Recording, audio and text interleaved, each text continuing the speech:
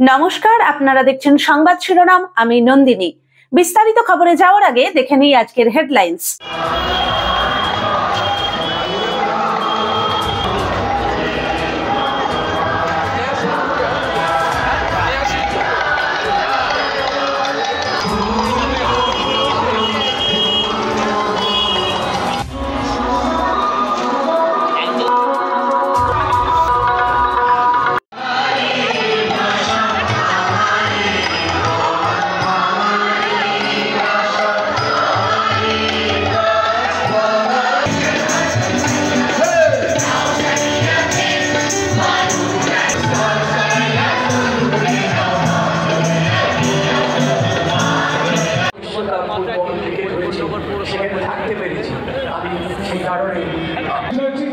প্রদীপ প্রজ্বলনের মধ্যে দিয়ে অষ্টাদশ বইমেলা ও শুভ প্রদর্শনীর শুভ উদ্বোধন করছেন মাননীয় সাংসদ ও বিশিষ্ট আইনজীবী কল্যাণ বন্দ্যোপাধ্যায় মহাশয়।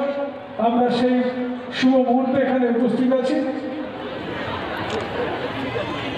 আমাদের করেছিলেন, তো আমরা তারও স্মরণ করছি আজকে। এবং এবছরও আছেন, আপনারা আছেন, বই পড়বেন। বইটা আমাদের এই 18তম বর্ষের বইমেলা পুষ্প প্রদর্শনী প্রত্যেক বছরই এই যে কেন আজ থেকে 4 মাস আগে আমি খুব একটা আইপ্যাডে নিয়ে এমনি দেখতাম সব ঠিক আছে, খুব একটা অভ্যস্ত ছিলাম। কিন্তু এখন আমি 4 মাস, গত 3-3.5 মাসে আমি আইপ্যাডে খুব অভ্যস্ত হয়ে গেছি। যা কিছু আছে সব ডাউনলোড করি, পড়ি, কেস করি, সুপ্রিম কোর্টে, হাইকোর্টে মামলা করি, পার্লামেন্টে স্পিচ দিই, বিভিন্ন রকমের অ্যাপ আছে। সেই অ্যাপ দিয়ে যিনি করে থাকুন সেই জিনিসটা খুব ভালো কাজ করেছে, কারণ বড্ড বেশি অ্যাডিকশন এসে যাচ্ছে। তো বই পড়ার দরকার আছে, বই না পড়লে তো জানার তো দরকারই। একটা সময় ছিল হাতে অনেক সময় থাকতাম বাঁকুড়া শহরে, বই নিয়ে একটা ডিস্ট্রিক্ট লাইব্রেরি, সেটাই একটা বিশাল বড় মন্দির। আর তখন তো আমাদের সমাজে তো বইমেলার প্রচলন ছিল। তো মহিলাদের স্বাধীনতা আছে। ওমেন এম্পাওয়ারমেন্টে আসল কথাটাই হওয়া উচিত যে ফাইন্যান্সিয়াল ইন্ডিপেন্ডেন্স। প্রতিটি মেয়ে যারা এখন রয়েছে তাদের আমি বলবো যে পড়াশুনো করো, নিজের পায়ে দাঁড়াও। শুধু নিজের পায়ে দাঁড়ানো, নিজস্ব ফাইন্যান্সিয়াল ইন্ডিপেন্ডেন্সের দরকার আছে। আর মহিলাদের প্রচুর সুযোগ আছে। আর মেয়েদের তো আরেকটা বিয়ে করার কোনো সুযোগ থাকে না, অর্ধেক ক্ষেত্রেই সুযোগ থাকে না, বিয়ে করতে হবে।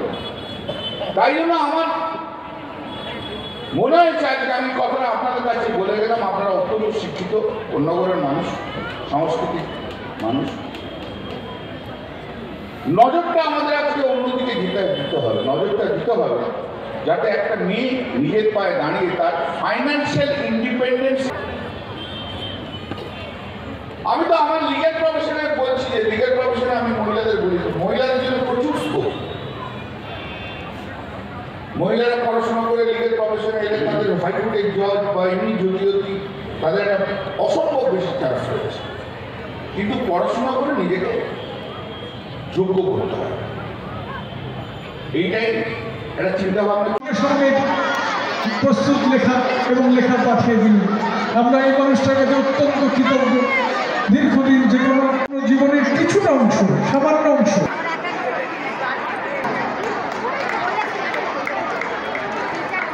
এবং আপনার কাছে হাততালি চেয়ে নেব। আমরা কিছু ওনার মতো লিখতে পারবো না, তাদের মধ্যে থাকে। তবু অনুরোধ করব যে এই মানুষগুলি যাদের নিয়ে আমরা গর্ববোধ করি এবং রাজ্য সরকারের যে শিশুদের নিয়ে বিভিন্ন কাজ হচ্ছে এবং শিশু কিশোর একাডেমির মাধ্যমে যে কাজগুলি হচ্ছে, সেই কাজ কিন্তু ডক্টর পথ্যজিৎ গঙ্গোপাধ্যায় করে আসছেন নিরলসভাবে।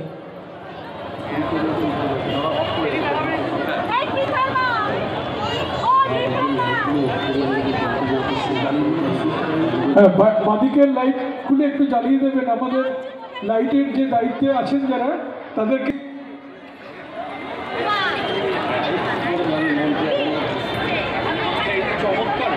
একজনকে এখন দিচ্ছে, আরেকজনকে একটু বাদেই দেবো, সম্মাননা জ্ঞাপন করবো।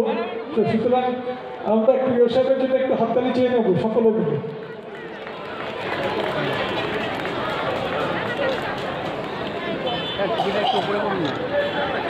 আমরা কন্যাগর পৌরসভা জেলার মধ্যে সব থেকে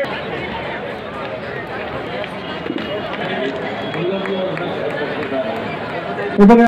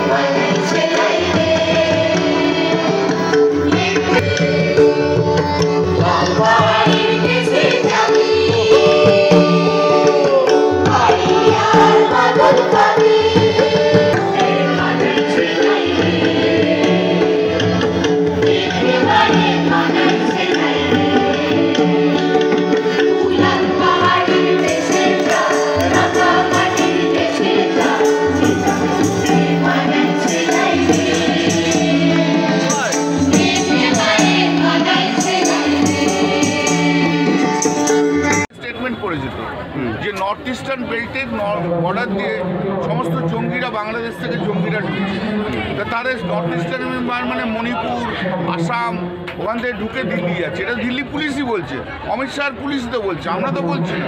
তো অমিত শাহর পুলিশই বলছে, তাহলে ব্যর্থতাটা কার? ব্যর্থতা তো বিএসএফের ব্যর্থতা। আগে তো পশ্চিমবাংলা বলে বা বাংলা বলে বলছিল, তাহলে তা তো নয়, বিএসএফের ব্যর্থতা। আর এটা করছে কে? সুকান্ত মজুমদার, ও তো নর্থ ইস্টার্ন রিজনের চার্জের মন্ত্রী, ওই তো বসে থেকে এসব করাচ্ছে। যার জন্যই তো 10,000 ভোটে মাত্র জিতলো, ওই সমস্ত বাইরের লোকগুলোকে নিয়ে এসে ভোটে যেতে বুঝি।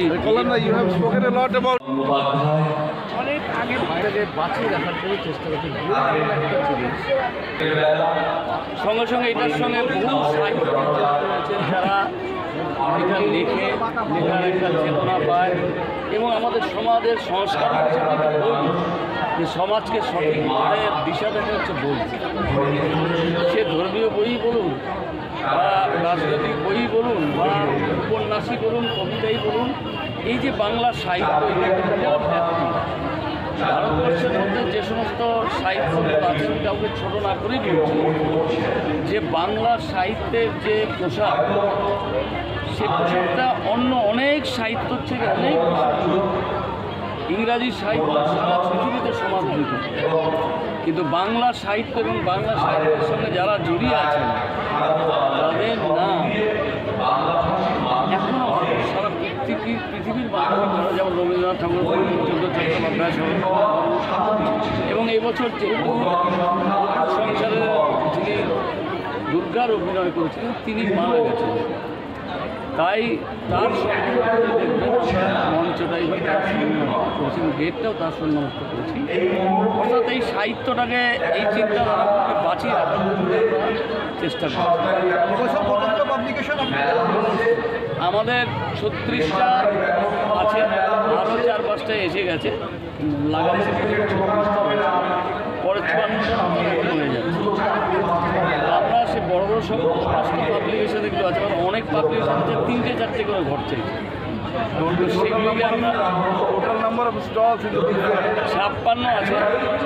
তো সেটাকে আমরা চেষ্টা করছি যে আগামী দিনে মাঠটা তো করতে পারবো না, কিন্তু মাঠটা বড় না করলেও আমরা চেষ্টা করছি আরও নানাভাবে এইটাকে মানুষকে টেনে আনতে। এখানে কি মনে হচ্ছে কিরকম বই বিক্রি হবে এবছর? দেখুন, গত বছরে কিন্তু রেকর্ড পরিমাণ বই বিক্রি হয়েছে, অর্থাৎ বইয়ের জায়গায় মানুষকে টেনে আনার জন্য আমরা চেষ্টা করছি। বাড়ি থেকে একটা মানুষ যদি ফাংশন শুনতে আসে, সঙ্গে বাচ্চা বউ থাকে, সে বাচ্চা বা তার স্ত্রী বা তারাও বইগুলো দেখলে একটা বই অন্তত কিনতে ইচ্ছা করে, যেটা হয়তো তিনি কিনতেন না, যেটা হয়তো কেনার ইচ্ছা নিয়ে তিনি আসেননি, ফাংশনটা দেখার জন্য এসছেন, কিন্তু বাচ্চার আবদারে হোক, স্ত্রীর আবদারে হোক বা নিজেরও ভালো লাগে হোক, একটা বই সে কিনে নিয়ে যাচ্ছে। এইভাবে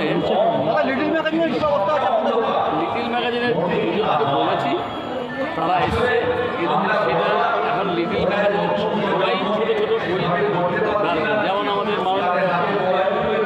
যে স্টলটা রয়েছে সেই স্টলের মধ্যে মাননীয় লেখার সমস্ত বই আমাদের মঞ্চের বাদিকে যে দিয়েছে তার মধ্যে মাননীয় মুখ্যমন্ত্রী এবং যত লেখা বই তার সমস্ত বই আছে, ইনক্লুডিং মানে বাচ্চাদের বই, যত রকম বই আছে সব রকম বই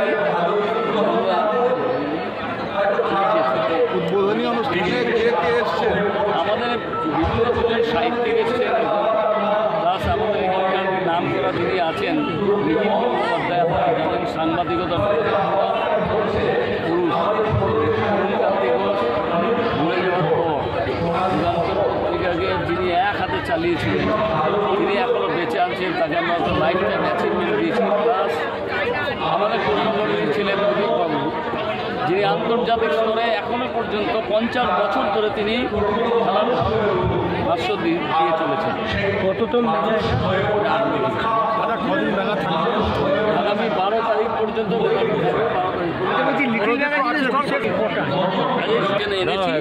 অর্থাৎ তাদের শারীরিক সুস্থতার কাছে একটা ঐক্যের বার্তা দিতে এই মেলায় সব ধর্মের মানুষ আসুক, সব ধর্মের জন্য লেখালেখি তার বই আছে, বই পড়ে আমরা চাই প্রত্যেকটা মানুষ শিক্ষিত, যে জ্ঞানের আলোকে যদি আলোকিত হতে পারে মানুষ, তাহলে তার থেকে বেশি আর কিছু হতে পারে না।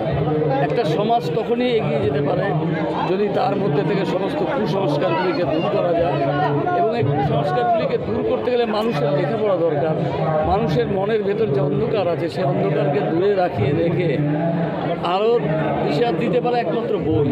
আর যে বই পড়লে আমাদের সেই দুরবস্থাটা কাটবে বলে আমি বিশ্বাস করি। কারণ এখন কিছু মানুষের কিছু হলেই মোবাইল ঘেটে একটা দেখে নিচ্ছে, কিন্তু সেটার মধ্যে আনন্দ নিতে হবে।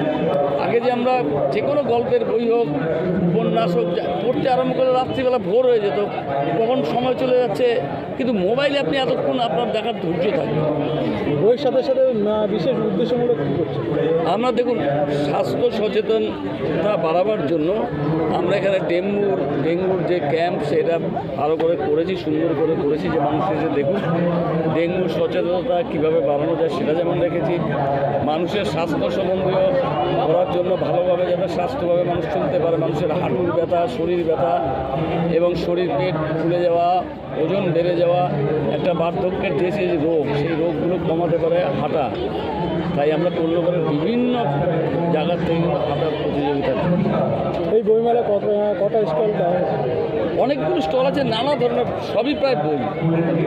সে বইয়ের মধ্যে আপনার সব পাবেন, সব ধরনের বই, ইংলিশ মিডিয়ামের আছে, বাংলা মিডিয়ামের আছে, হিন্দি মিডিয়ামের আছে, সব মিডিয়ামের বই আছে।